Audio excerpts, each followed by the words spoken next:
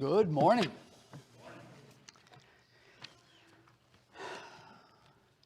This was a tough one, tough lesson to put together. It was stressful for several hours, and not because I didn't understand the message, but because I did understand the message. And when you preach, as our friend Tyler may, sometime in the future, it's not easy reading as you look at the Word. You're reading the Word and you're saying, wow, how do I explain this? And how do I show illustrations of it in real life? And as you read Jesus' words in Luke 6, which we just did, you know, it's you should ask, I asked, am I doing that? And it is so very difficult to do that well. But I thought we'd talk about this morning, about loving your enemies, and our main text will be Luke 6. We'll go to a few other passages as well along the way. Here are four main points that we're getting out of Luke 6. And the first one is, love your enemies and do good to them that hate you. And then we're going to look at real life ways to love your enemies. Jesus will give us those. We're going to look at natural versus unnatural behavior. And lastly, we're going to do what the Most High does. That's Jesus' closing point in the 35th verse. So let's go ahead and begin right now. We already read it, but our first main point, but I say to you who hear, love your enemies, do good to those who hate you, bless those who curse you, pray for those who mistreat you. So, is this for everybody? Kind of a trick question. Does it apply to everybody? No, it doesn't apply to everybody. This applies to only the people that listen to Jesus. But I say to you who hear, and that word akuo means that hear with understanding. You're listening with a desire to understand me. And most people, there are theologians that reject this. They say this is absurd. No one can do what Jesus is asking to do. I'm letting you know, not just atheists and non-Christian, but there are people who write books about the Bible. I'm trying to think, I think it was Martin Luther was one that didn't like this. There was another guy, Albert Schweitzer, was he the guy in Africa that worked a while? And there are theologians that reject this. Even though it's God's word and it applies to us, it is demanding. So we are acknowledging that as we go on here. So let me just change this a little bit here. Okay. So, who are our enemies? Who are they? Well, Jesus says who they are.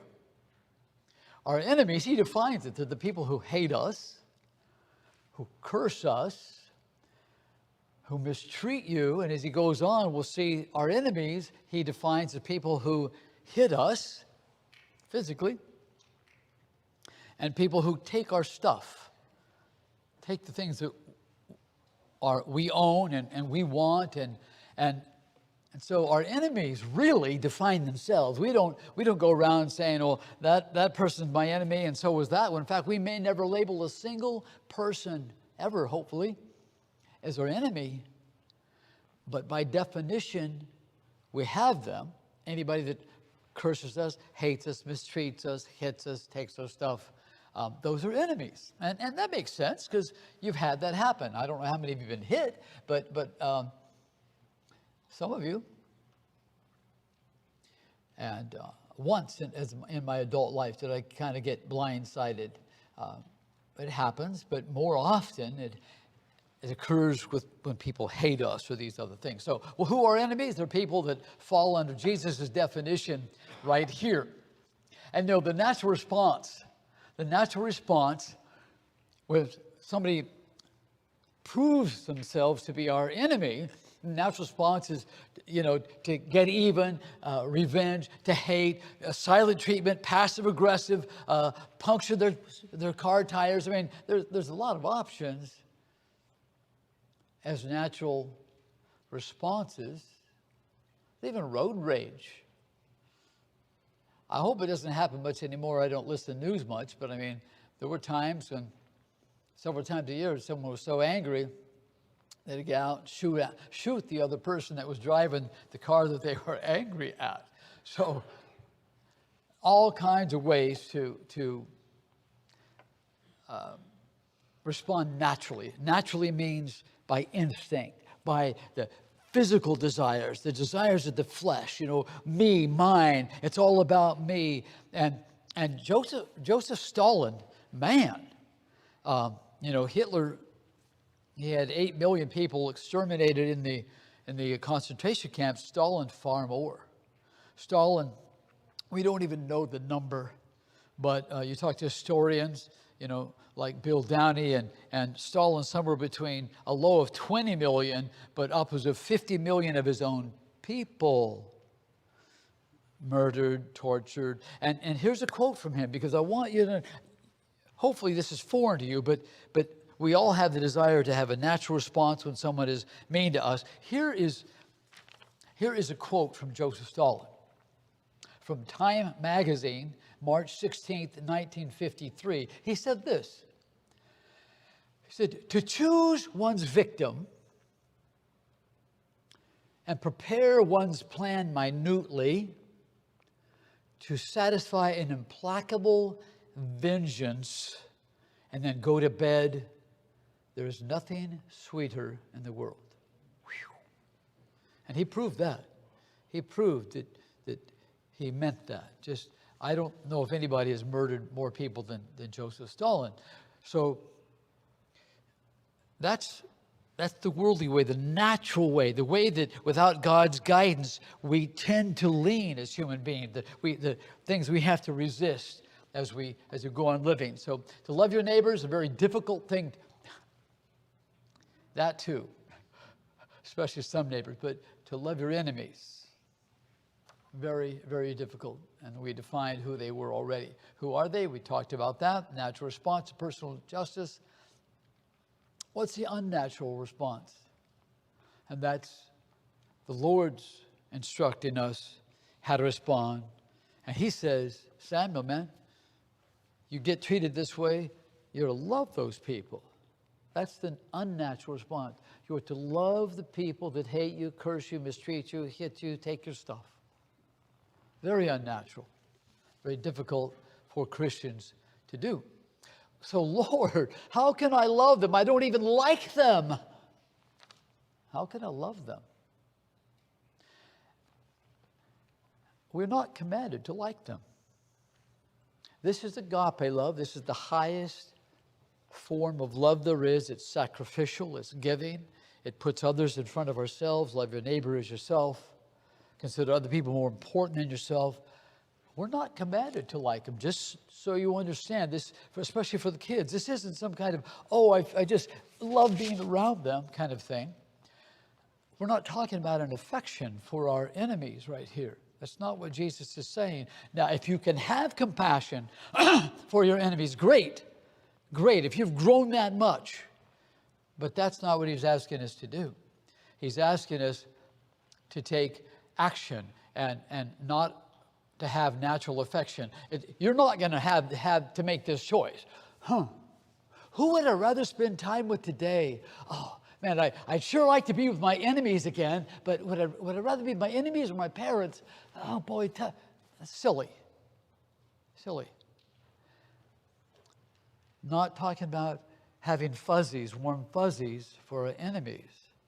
Talking about something more important than emotions, and that's action that proves, just like they prove they're our enemy, action that proves that we are their friend, that we love them. So It takes a lot of thought and prayer to do this. And not long ago, I heard a story, and if you are the person or know the person, I asked probably 10 people this morning to let me know. But I heard it in this building. It was either a visitor or one of our members. Someone was telling a story about having a really ornery neighbor. And the neighbor would hit their garbage can, when it was out on the curbside, on purpose and knock it over. If I remember correctly, throw beer bottles over the fence, curse at them,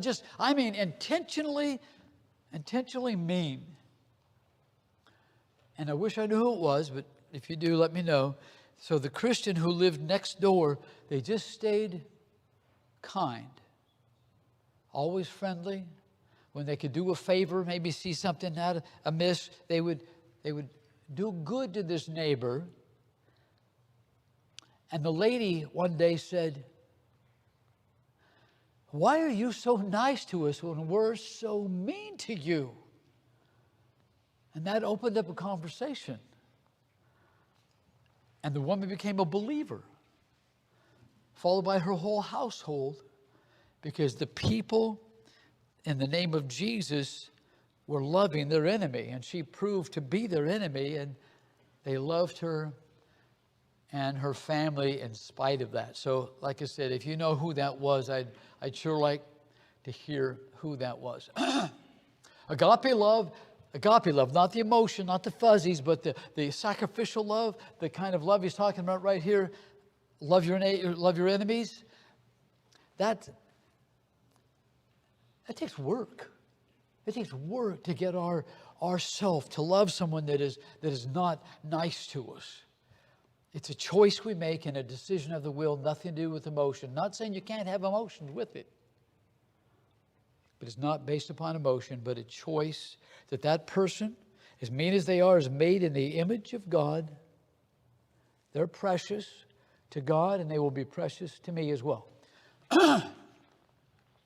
So we ask ourselves this: what can I do to help them? Oh, it's easy to look in the church here and know that Doug and Erica need help moving, and boy, there was a great crowd at their home. I mean, the work went fast because there were just so many of us, and we knew what to do, and it was easy to do, and we love them. But boy, when it's your enemy, just the emotions get in the way, and it's so hard to even sometimes think, what can I do when I just can't stand to be near them?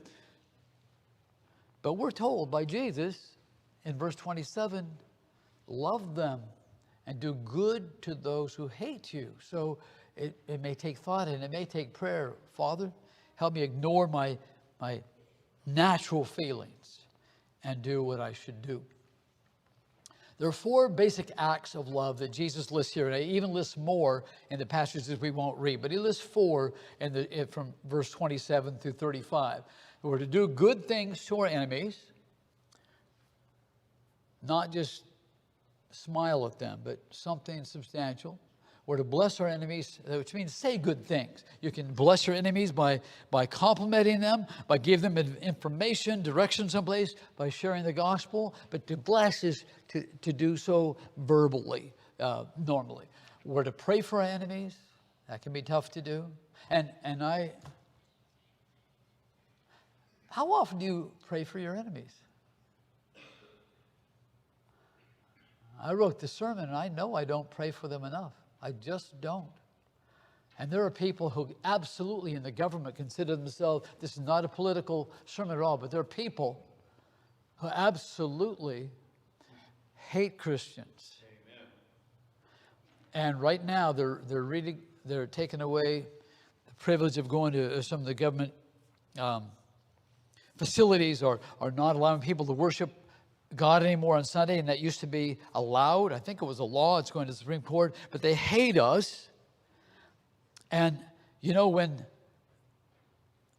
Roe versus Wade was overturned, if you don't know what that is, it's about abortion. The Supreme Court said it was faulty. The law was faulty, and it's not a right to kill your unborn baby. When they overturned that,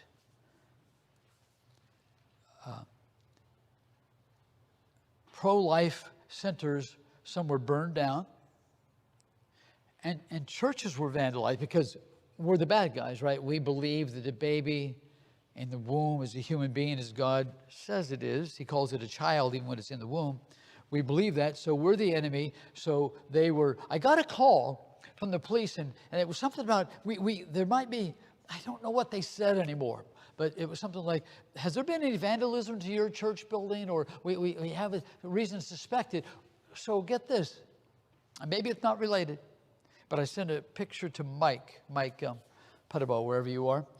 And outside our first exit on the side right there, changed a light bulb there, and I noticed, oh, look at that. About maybe this high off the ground, there's some burn marks on our siding. Like someone's holding something small, not a blowtorch necessarily, I don't know, but a candle, a match, a lighter, or whatever.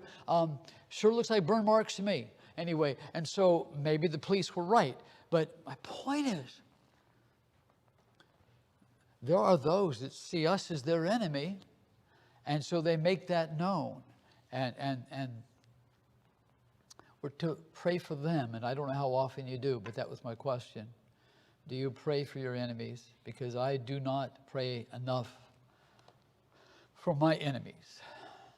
So anyway, 4 basic acts of love: do good, bless, pray, give. And that's absurd. That's just not normal. Precisely. It's not normal. It's not natural. It's not what the average human being wants to do when they're mistreated. Not what the average Christian wants to do when they're mistreated. Some of you are impressive people and you love your enemies, but I'm just saying that if you're there, it's because you worked really hard at it. And it takes a lot of effort. So there are some real ways that we're going to look at to love our enemies, and these need some discussion too. Jesus said, whoever hits you on the cheek, offer him the other also, and whoever takes away your coat, do not withhold your shirt from him either. So a couple of thoughts, just so we know what Jesus is saying here. This hits you on the cheek. This is not a life-threatening situation. How do we know? From the rest of the scriptures.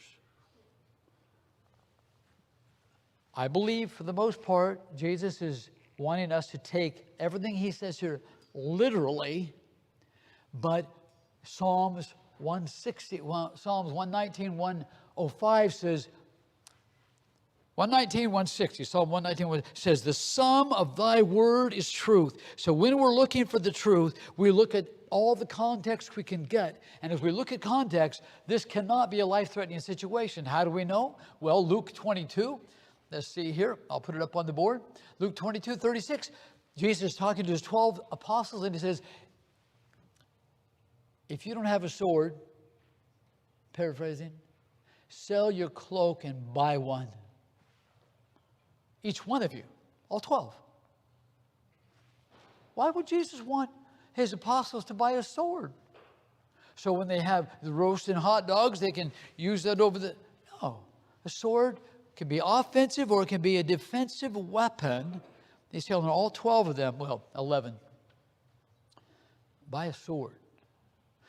Furthermore, when Jesus gets hit in the face, this is going to be John 18:22. We'll turn there right now. I'm not going to put it up on the board. John 18:22, Jesus gets hit in the face. So 18:22, he's talking with the high priest. He's already been mauled over and arrested, but talking to the high priest, and when Jesus, had said this, one of the officers standing nearby struck Jesus, saying, is that the way you answer the high priest? Now watch his response. Because someday you may be in a position where maybe it is life-threatening, but you can't do a thing about it. You're in captivity like Jesus was. And look at how calmly he handled the situation. He gets struck. It doesn't say in the face here, but he gets struck. Jesus answered him, if I have spoken wrongly, testify of the wrong. But if rightly, why do you strike me? So this is what Jesus is talking about. He said this before it happened to him, but if you get struck, love your enemy. have compassion. They don't know the Lord yet, and they need him. And the Lord has allowed you in that position to be mistreated, so perhaps you, through your godly example, can win that person. But Jesus handled it right. But now look at Apostle Paul. He's already an apostle. He's arrested. The Jews try to kill him. He's rescued by a Roman, Claudius Lysias. And in Acts 23, Claudius Lysias brings him back to the Jews to listen to the accusations against him, to find out what did Paul do that's wrong. Well, as we enter into we're in Acts 23, verse 2. Then after Paul said something, that he had a perfectly good conscience, the high priest Ananias commanded those standing beside him to strike him on the mouth. Then Paul said to him, God is going to strike you, you whitewashed wall. Do you sit to try me according to the law, and in violation of the law, order me to be struck? But the bystanders said, do you revile the high priest? And Paul said, I was not aware, brethren, that he was the high priest, for it is written, you shall not speak evil of a ruler of your people. Now, Paul knew that Jesus was struck when he was talking to the high priest. He knew that. He was inspired. Didn't handle it as well as the Lord did. Now, he apologized and repented. I'm sorry. Didn't know he was the high priest. But he didn't handle like Jesus did. So what I'm trying to say is this. These are not life-threatening situations necessarily. Maybe you can run, maybe you can't. But these are situations that you might find yourself in and not able to avoid the confrontation or the striking. So we go on from hits you on, and by the way, one more thing, a life-threatening situation. I didn't write the scriptures down, but if you remember, more than once the crowds tried to kill Jesus. Once they wanted to stone him, another time they wanted to cast him off of a cliff, and Jesus didn't let them. He avoided them and escaped. Paul, when he was in Damascus, they were trying to kill him. The Jews, Hellenistic Jews, trying to kill him. So he escaped from them. He was lowered through the wall in a basket to save his life. And back to Jesus when he got struck. Jesus didn't, that we can tell, offer his other cheek. He wasn't say, hey, I hit me again. He didn't do that. But he stayed calm and dignified. I mean, he couldn't stop them if they wanted to hit him again, and they did. But we know in life-threatening situations, you have the right to run, as Jesus did, Paul did, King David, and others. You have the right to do that. But this is an insult or maybe a hit in the face that you may be confronted with someday. Now it goes on to say, whoever takes your coat, boy, were they expensive back then.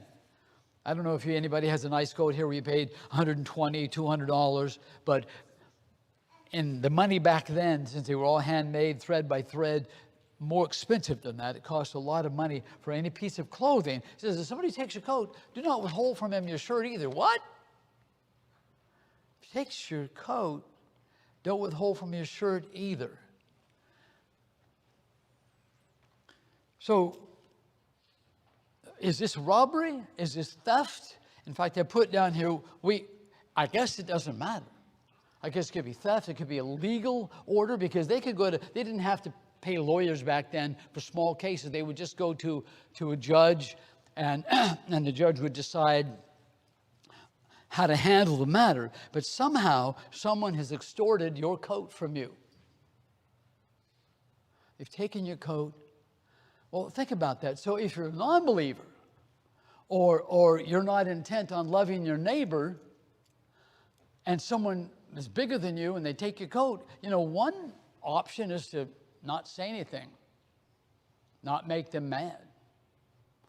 You give them your coat and you just stay quiet there, but that's the natural way. That's what anybody would do, except Andy maybe. But that's the natural response. They think, I sure scared them. The unnatural response is if you need my coat, do you need my shirt too? That doesn't happen. That's strange. It's going to floor them. They're going to be shocked that they steal your coat and you say, would you like my shirt too? Why? Because we're holy. We're set apart. We're different. We're sons of God, as we'll read in verse 35. And the only way to stand out as a child of God is to do something good that non-Christians wouldn't do. If you say, would you like my shirt too? They cost money as well. But the soul, it's worth so much. The glorifying of God is worth so much. And the trusting in God to take care of us and supply us another coat is part of our faith. But Jesus says do it when it doesn't feel just, because it's not just. But he says do it anyway.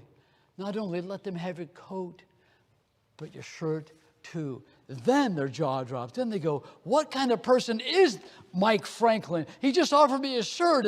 And you know, there's another way to go about this. It could be, hey, Berechiah, I see you found my coat, and I need it. And no, he says, this is my coat. That happens in the real world. It's happened at stores where somebody drops a $20 bill because I read about it. Somebody snatched it up. Hey, that's my 20. No, it's mine. I dropped it. So Berechiah, that's my coat. What are you talking about? My mom gave this to me. Berechiah, if you need it, it's yours. Do you need a shirt? If you're cold, I'll help out. Now, Berechiah, who stole your coat, knows the coat is yours. And you know the coat is yours. You both know it. But offering him your shirt will blow him away. And whether he gives your coat back or not, because he may not have enough class to do that, whether he gives back your coat or not, he will never, ever forget what you did. And that's what loving your neighbor, that's what loving your enemy is all about. Is shining brightly, reflecting the love of God that they don't see very often. And it's difficult to do. So he goes on to say, give to everyone who asks of you, and whoever takes away what is yours, do not demand it back.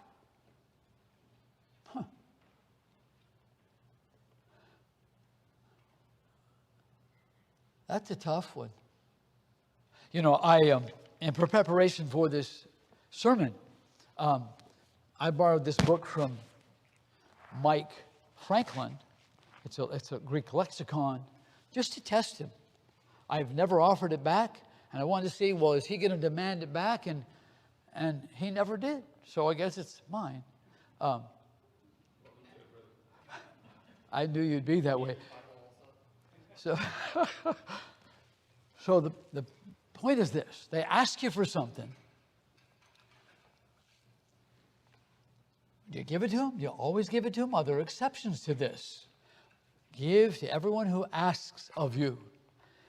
The key word here is agape love. That's the driver. How do I know? I don't want to give that up. There's a lot. There's not one absolute right and one absolute wrong, because this is based upon love. So let's say you're on pain medication and someone with substance abuse says, I need those. Give those to me. Do you give them to them? No, because love is the driver here. It's illegal. It's not good for them because they have a substance abuse problem. So you don't give them to them. Another one, someone asks you for something that would hurt your family. You've got kids at home and some, whatever, your house, your car, but you couldn't afford to do it without your children going hungry. When someone asks you for something and it's going to hurt other people, you have to make a decision. And that one would be, no, I can't do that because that would hurt my children. The Bible says in 1 Timothy 5:8 that if a believer, I'll just read it to you since I can't quote it right now. 1 Timothy 5:8. But if anyone does not provide for his own, especially for those of his household, he is denied the faith and is worse than an unbeliever. That's a Christian that's worse than an unbeliever if he doesn't provide for his own. So if someone asks you for something, hey Lee, could I have your whole bank account? The answer is no. That's not love right there. So this is with the understanding that we're acting in the best interest of that person. That's what love is. We're doing what's best for them, and sometimes they shouldn't have what they're asking for, or, as I said earlier, you would be hurting someone else. So love is the key word there. And sometimes when we love people, it does mean, agape love means action. Action follows it.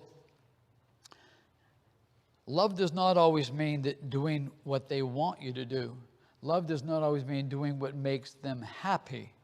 If you have kids, and I don't know if your kids play videos at home, but our son, if he could have had a video game inserted like a bionic man, he would have taken that. He could spend unlimited time on the videos. We didn't allow that, and he wanted us to. But loving him was not making him happy. Loving him was doing what was best for him. So that comes with our enemies as well. You're going to have to ask. This is a tough one. So you're going to have to ask, do I love them? And what's the best decision in this situation for them in this case? So Jesus is not teaching that giving is always the answer, but sometimes it is when it hurts. Sometimes it is. So do not demand it back. Well, question then. So let's see, who is it? So I'll go, Harold. So can I borrow your shovel?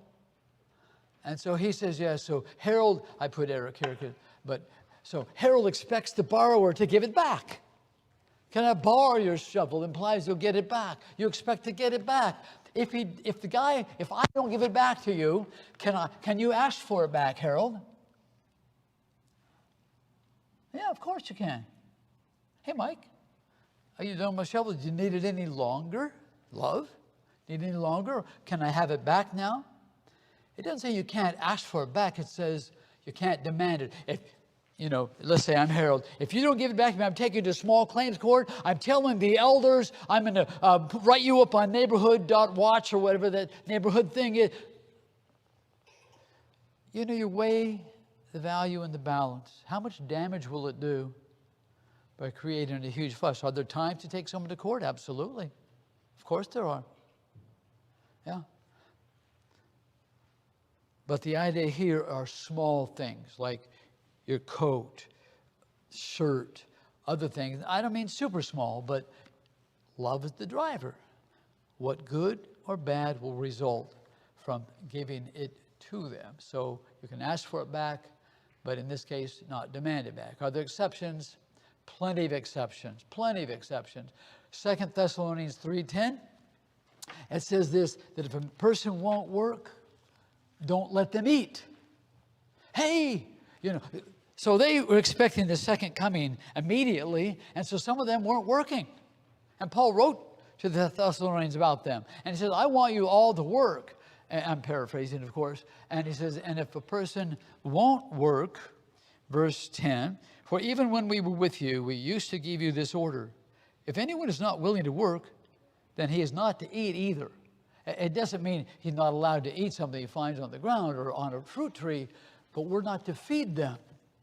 So someone may be asking for something, and I've had to say no a couple of times in my life because it wasn't good for them. It wasn't the right situation right there. I can think of a guy whose name you won't know, but a good man.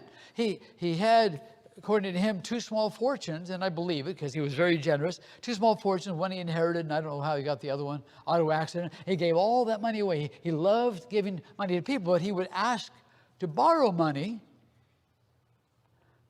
and I gave him some a couple of times, but he never got paid back because he loved giving so much he would borrow money to give it away.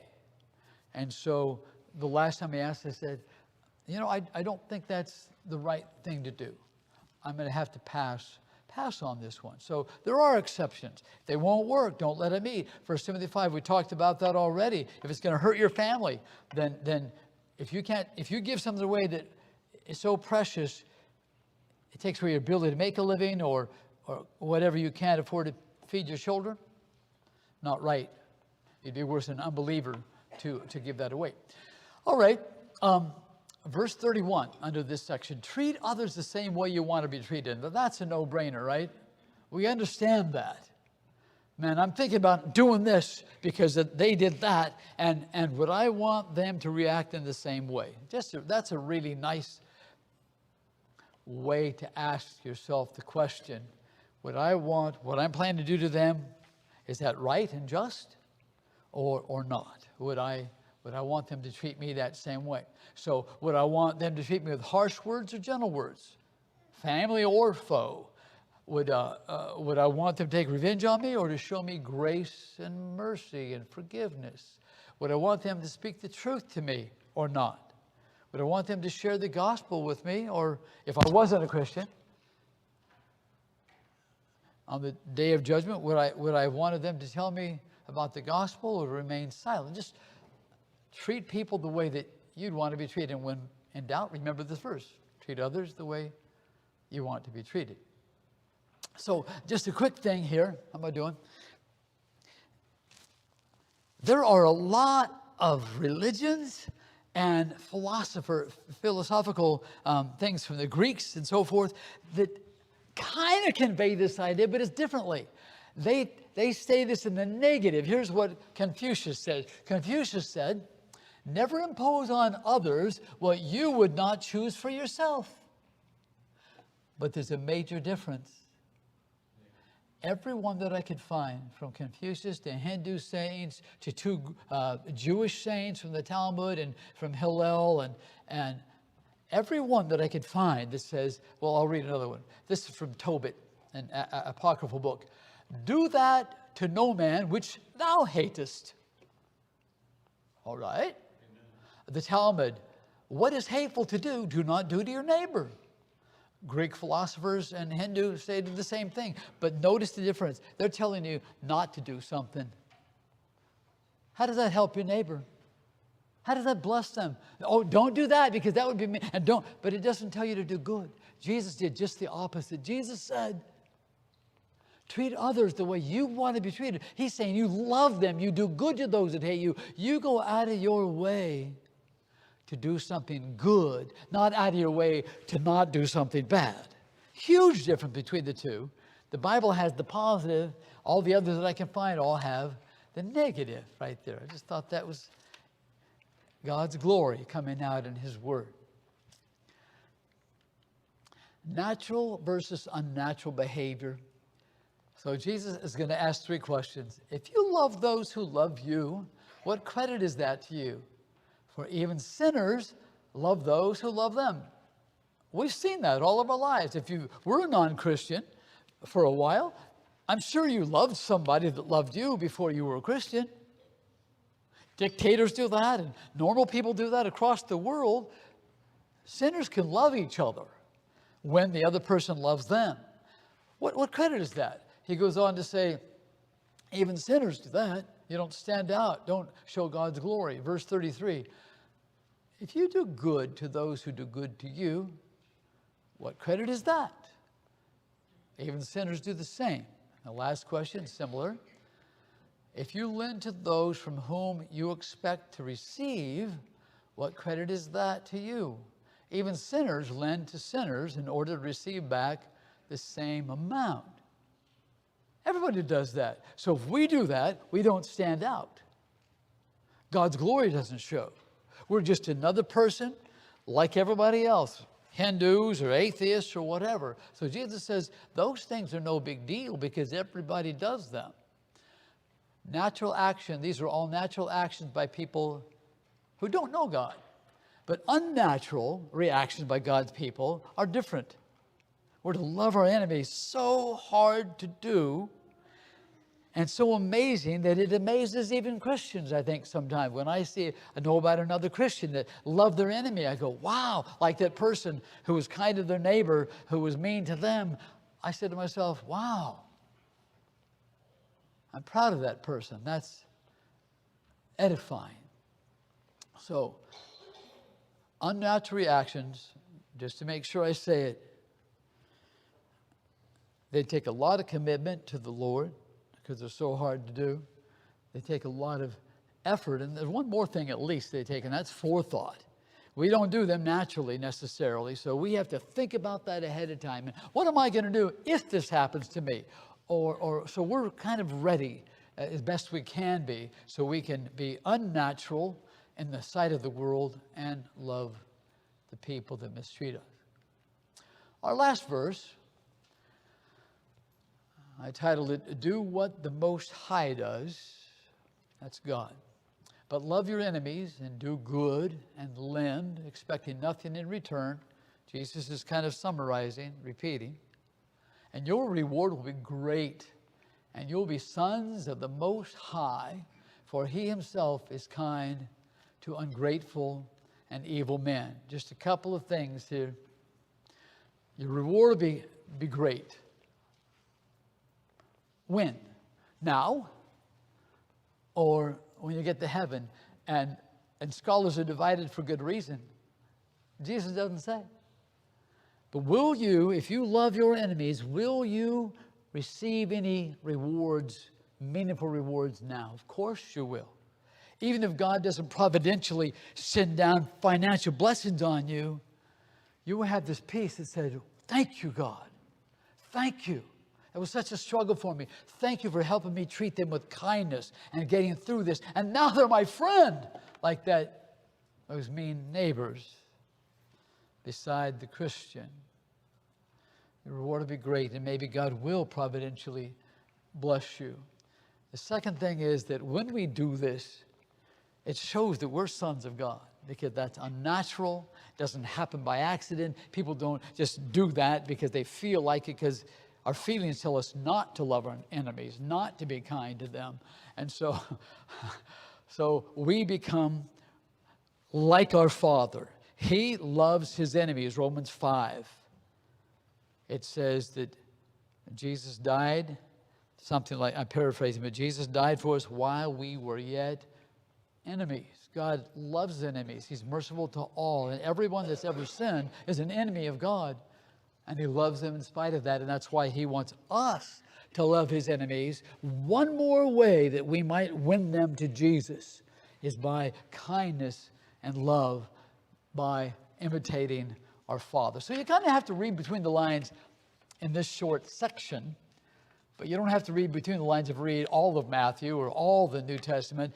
What we know is this, that Jesus has a central goal, a central aim, and that's to win souls, to bring souls back to God. And this is one of the ways that does that. And so as we are in weird situations that are ugly and we don't like them and are stressful and injustices are being done to us, there's a message that Jesus wants us to convey. It's understood, but it's not spoken. It goes kind of like this. Maybe you're not saying this to your enemy, but you're loving them. And we both know, Berechiah, we both know that you have chosen to be my enemy. You don't say that. But we both know that since they're harming you, Berechiah has chosen to be your enemy. You cursed me, you hated me, and you hurt me intentionally. You went out of your way to hurt me. But I will help you anyway. And I will treat you like my friend. That's the unspoken message.